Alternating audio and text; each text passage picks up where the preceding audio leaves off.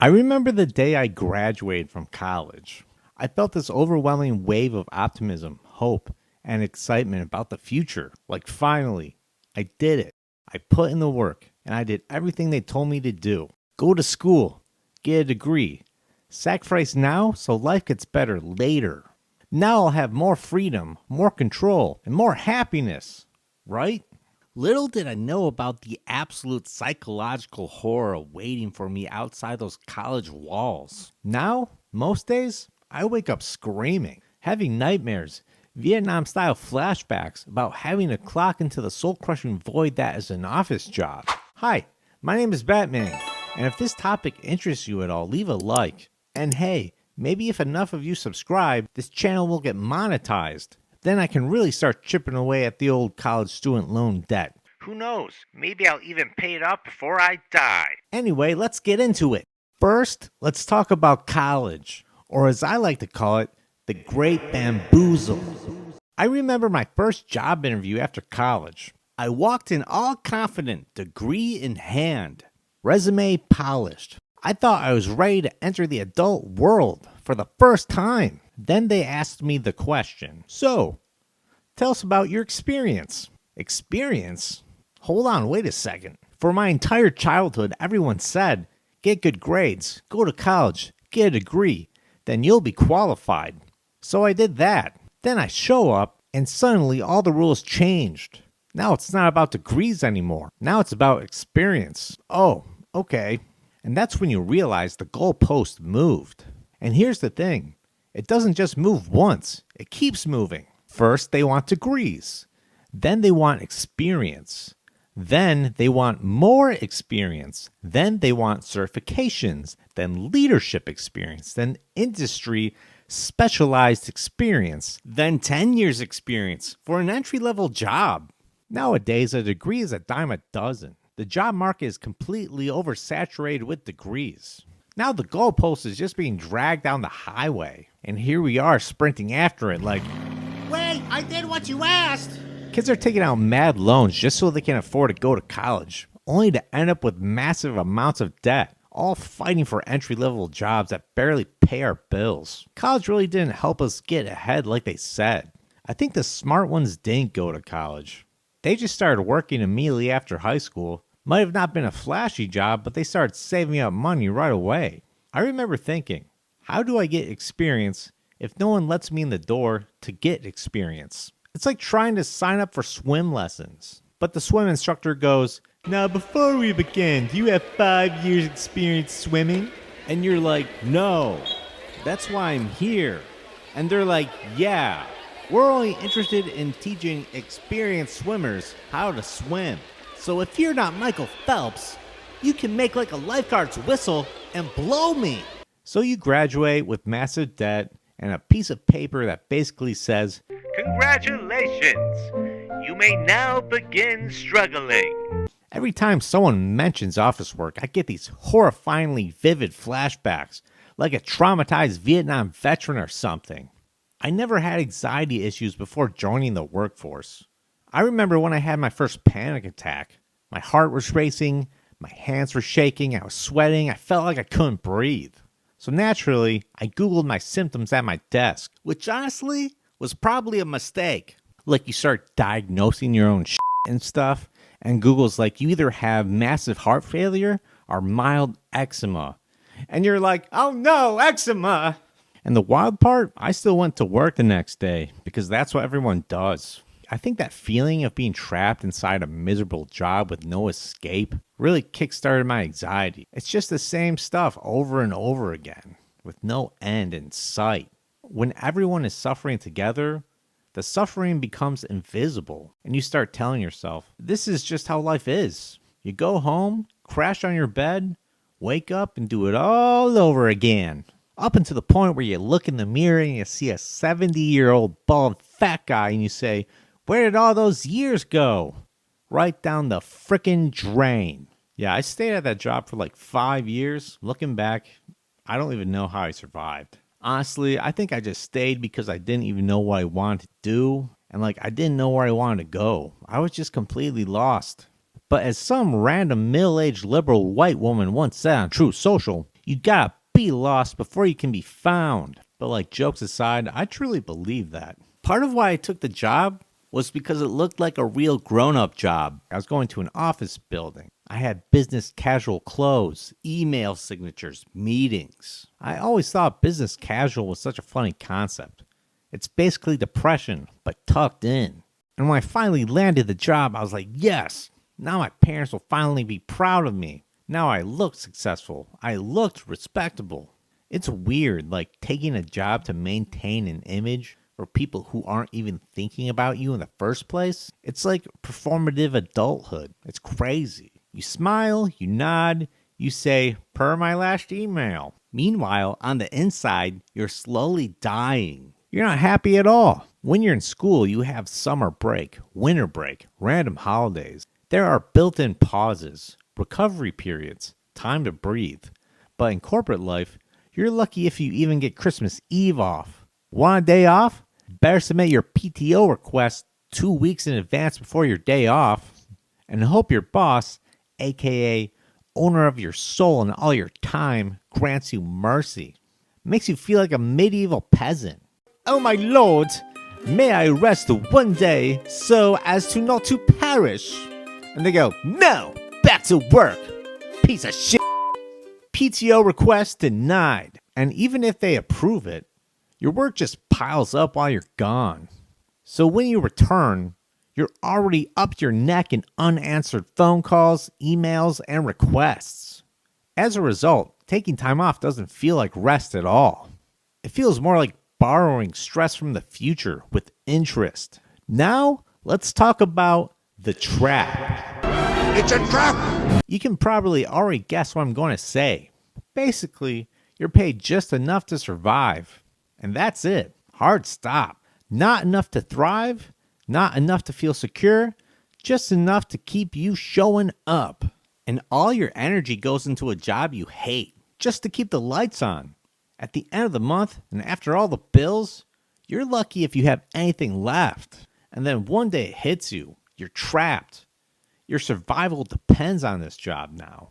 Now some big doofus guy in a tie decides whether your life improves or not. This might sound borderline black pill, but I don't see people in higher positions than me any less of a slave than I am. They don't have any more control over their time than I do. A promotion isn't freedom. It's the same cage, but with better lighting. This is what most people like to call golden handcuffs. They keep you on the hook for promised payouts that never come. This used to drive me crazy. You would hit whatever goal for the quarter, and they'd be like, great. Then you'd have to hit an even bigger goal the next quarter, and the next, and the next, and the next, and the next. And the next day, and the next day, and the next. And if you don't hit your goal one quarter, now you're a complete failure. Never mind all the goals you hit in the previous billion quarters in a row. These companies keep trying to grow and grow, like a cancer. And all the while they're trying to grow, coworkers are coming and going, and you're constantly juggling all these different tasks and training people while your mental and physical health suffer. But you know, everyone does it, so the suffering cycle continues. How many times have you heard this? Here at Blank and Blank Company, we're a family. Oh, really?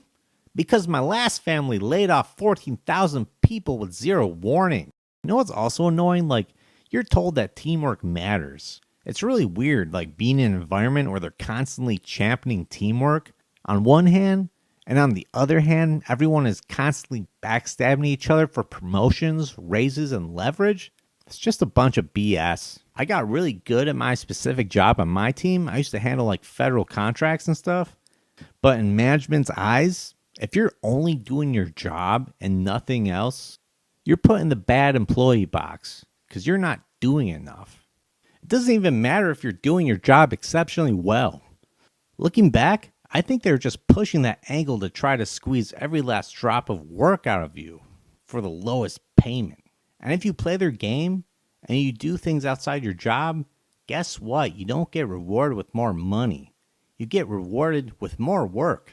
Congratulations! You've been promoted to the person who handles everything now. You gotta find that sweet spot in terms of effort. Just enough to keep a job, but not too much that people start taking advantage of you. I swear, I would be strategically stupid sometimes, just as a means to avoid more work. Gotta do what you gotta do, man. Some people call this quiet quitting. I like to call it strategic autism. And when you start a job, no one wants to train you, but nonetheless, everyone still expects perfection. People are stressed, snapping at each other, then pretending nothing happened, and that awkward tension just fills the office. On top of trying to manage this crazy job, you find yourself trying to manage your crazy coworkers and managers' emotions so they don't randomly bite your head off with no warning. One time, a boss of mine gave me the wrong form for a promotion application, and it was the last day to submit applications. And once you know it, he tells me he gave me the wrong application 15 minutes before the day ends. And if I didn't get it in, I'd have to wait a whole nother quarter to submit it. I was quickly glancing over the new application, and it had completely different questions. So guess what I did? I lied my ass off. I put everything and anything I thought they'd want to hear. I didn't care if it was true or not.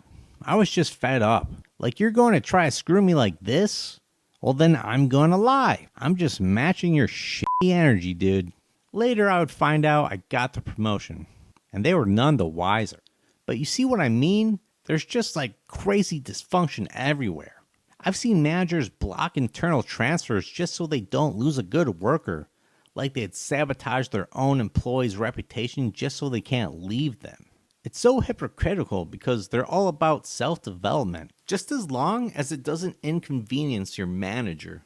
My sister told me one time someone put her on blast with her boss for just asking a basic question. That's the kind of environment you can expect straight out of college. There's constant mild bullying from supervisors, just enough to annoy you, but not enough to submit a formal HR complaint. All these people are grown-ass adults. It's crazy. There's a real psychological toll that comes with working a soul-sucking office job. Eventually, you start dreading weekends because Monday is right around the corner. Think about that. You fear the thing that's supposed to be your break because it means the cycle is about to fire back up again. I feel like that part alone really put me in that fight or flight mode. And I've been stuck in that crazy energy for years. And that's straight up just not healthy. The worst part is problems at work follow you home. They sit in your mind all night. You replay conversations, anticipate conflicts, and you brace for tomorrow. You eat worse, you sleep worse, and you feel worse. You have no energy for hobbies, just one TV show a night, and that's it. I like to call it my ESTP, my emotional support television program. Now, I know why my dad would frequently snap at us when we were kids when he was trying to watch a show, which was more often Lost. That's the only time he had to relax. God forbid we dropped a metal fork on the kitchen floor while he's watching Lost. Dude would absolutely lose his mind. The man was at his wit's end. Let me tell you, he was really at his wit's end when I canceled his up-and-coming scheduled recording of the Lost finale.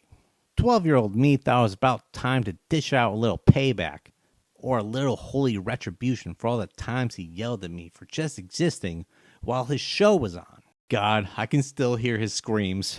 I kind of forgot I did that. I was in my basement chilling, and all of a sudden, I could hear my dad yelling and screaming upstairs. I could hear him physically assaulting the TV. He was like, "Where's my show? What the f***? No! Where's my show? What is it?" Then I was like, oh, now I remember. I canceled his shit. That's literally the worst thing I could have done to him. It's all cool, though.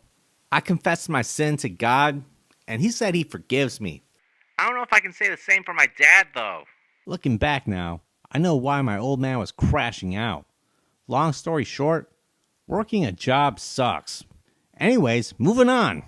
Bitches ain't nothing but tricks and hoes. Wait, no, this is the wrong script now. Okay, here we go. Office relationships.